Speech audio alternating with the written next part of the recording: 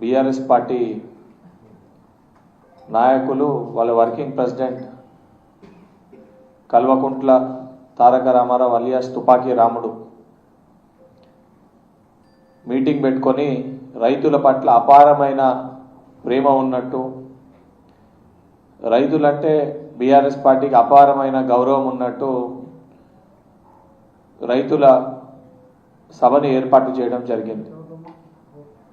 ముందుగా ఆల్రెడీ రోజు ఉదయంకి వెళ్ళి ఈ విషయాలపైన లెక్కలతో సహా మా పార్టీ పిసిసి అధ్యక్షులు, సహచర విప్లు అందరు కూడా కొన్ని లెక్కలు చెప్పడం జరిగింది.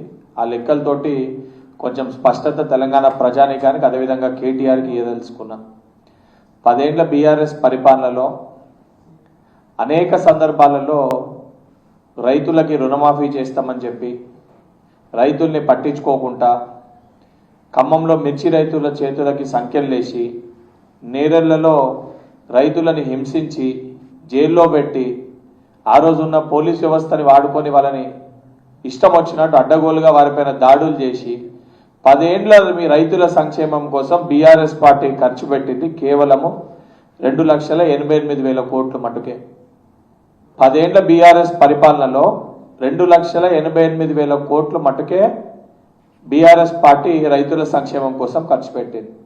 గౌరవ ముఖ్యమంత్రి రేవంత్ రెడ్డి గారు ప్రజాప్రభుత్వం అధికారంలోకి వచ్చినాక 28 నెలల్లో 1,52,656 కోట్లు 1,52,656 కోట్లు కేవలము 28 నెలల రైతుల సంక్షేమం కోసం, రైతుల రుణమాఫీ అయితేనేమి, సన్నాలకి బోనస్ అయితేనేమి, రైతు భరోసా అయితేనేమి, రైతు బీమా అయితేనేమి, రైతుల సంక్షేమం కోసము అనునిత్యము రైతుల కోసము పనిచేస్తున్న ప్రభుత్వము ప్రజాప్రభుత్వం.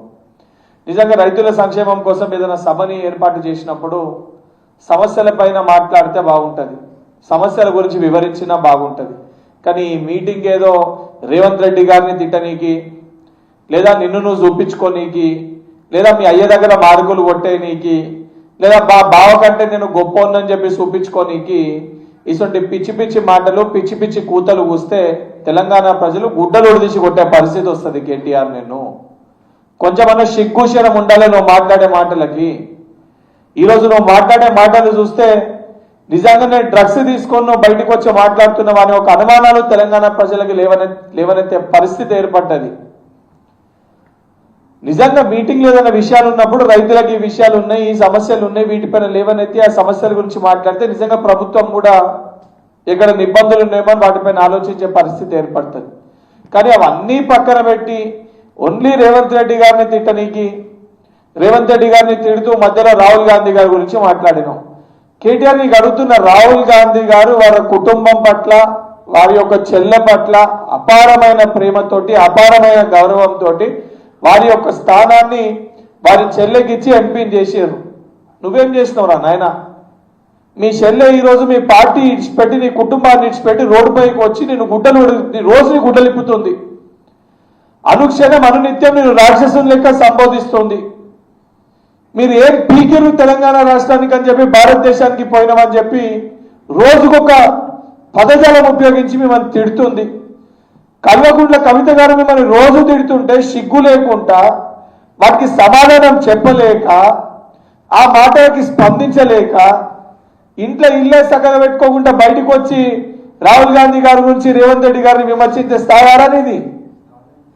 ఈరోజు నిన్ను ఈ యొక్క మాట్లాడే పరిస్థితి ఎందుకు వచ్చిందంటే, నువ్వు కొడుక అనే పదం ఉపయోగిస్తే నేను కూడా ఏంద్రా నా కొడుక అనే మాట్లాడే పరిస్థితి ఏర్పడుతుంది. నువ్వు ఏ రకంగా మాట్లాడితే ఆ రకంగా నీకు కూడా సమాధానం చెప్పాల్సిన పరిస్థితి ఏర్పడుతుంది. అమెరికాలో చదువుకొని సూటు బూటు వేసుకున్నప్పుడు మాట్లాడే పద్ధతి కూడా నేర్చుకో.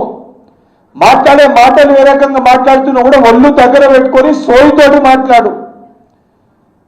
ఒక కడుపు మంటతోటి ఏదో మీ సామ్రాజ్యాన్ని, మా అయ్య తర్వాత ఈ సామ్రాజ్యానికి నేనే రాజు అయితా, తెలంగాణ మా అయ్య తెలంగాణకి రాజు, మా అయ్య తర్వాత నేను యువరాజు అయితా, నేను యువరాజు నా పట్టాభిషేకం కాకముందే రేవంత్ రెడ్డి గారు వచ్చి ప్రజల ఆదరణతోటి నా కుర్చీ గుంజుకపోయిందని ఒక కడుపు మంటతోటి మాట్లాడితే ప్రజలు తూ అని చెప్పి నీ ముఖంపై ఉంచేసే పరిస్థితి ఏర్పడుతుంది. ఇప్పటికన్నా నిజంగా నీకు చిత్తశుద్ధి ఉంటే నేను దీనికంటే ముందు కూడా నీ పైన చెప్పిన, నువ్వు డ్రగ్స్ తీసుకుంటావు, ఆమ్స్టర్డామ్ పోయినావు, ఈ డ్రగ్స్ టెస్ట్ కోసము తర్వాత నా పైన డ్రగ్స్ టెస్ట్ చేయమని చెప్పి నువ్వు తర్వాత వచ్చి చెప్పినప్పుడు ఆమ్స్టర్డామ్కి పోయి మొత్తం కూడా టెస్ట్ అన్ని చేయించుకొని క్లీన్గా చేసుకొని నువ్వు మళ్ళీ తిరిగి వచ్చి డ్రగ్స్ టెస్ట్కి నేను సిద్ధమని చెప్పినావు. మళ్ళీ ఇప్పుడు చెప్తున్నా, మళ్ళీ ఇప్పుడు నువ్వు డ్రగ్స్ సేవిస్తున్నావు ఒక అనుమానాలు మాకు వస్తున్నాయి. నిజంగా నీకు చిత్తశుద్ధి ఉంటే డ్రగ్స్ టెస్ట్కి రా, లేదా నీ పాస్పోర్ట్ని బయట పెట్టు. నేను ఆమ్స్టర్డామ్ అటు దిక్కు పోలేదు, నేను బయట ఇతర దేశాలకి దానికి సంబంధించి నేను పోలేదు, నేను ఎటువంటి టెస్ట్ చేసుకోలేదని చెప్పి నీ పాస్పోర్ట్ని మీడియా ముఖంగా బయట పెట్టు. ఈరోజు అడ్డగోలుగా సిగ్గు లేకుండా తెలంగాణ ఇజ్జత్ మానం తీసేసి చేయాల్సిన నీచపు పనులు అన్నీ చేసి 10 ఏళ్ళ అధికారంలో ఉన్నప్పుడు రాబందుల లెక్క, రాక్షసుల లెక్క, దయ్యాల లెక్క రాక్షసత్వంతో తెలంగాణని పీడించుకొని తిన్నారు. ఈరోజు ఏం మాట్లాడుతున్నావు? మేడిగడ్డ కూలనీకి మేము బాంబులు పెట్టామని గడ్డ పనులు తొమ్ముతున్నావా? అది అధికారంలో నువ్వే ఉన్నావు కదా. నువ్వు అధికారంలో ఉన్నప్పుడు మేము మేడిగడ్డకి బాంబులు పెట్టి పేలుస్తే మరి సోయి లేదా నీకు? మరి అది అధికారంలో ఉన్న నువ్వు సోయి లేకుండా పనిచేస్తున్నావు. మరి మీ అయ్య ముఖ్యమంత్రి ఉండాలని ఏం చేసిండు? ఇప్పటికన్నా ఈ పిచ్చి పిచ్చి మాటలు మానుకోకపోతే అసెంబ్లీ ఎలక్షన్స్ లో ప్రతిపక్షంలో కూర్చోబెట్టారు. మీ బలుపు మీ కొవ్వు తగ్గకపోతే పార్లమెంట్ ఎలక్షన్స్ లో గుండు సున్నా ఇచ్చారు. ఇంకా ఇదే రకంగా విరవీగితే తర్వాత వచ్చిన ఉప ఎన్నికల్లో భారీ మెజార్టీ కాంగ్రెస్ పార్టీకి ఓట్లేసి గెలిపించి బీఆర్ఎస్ పార్టీని బొందబెట్టారు.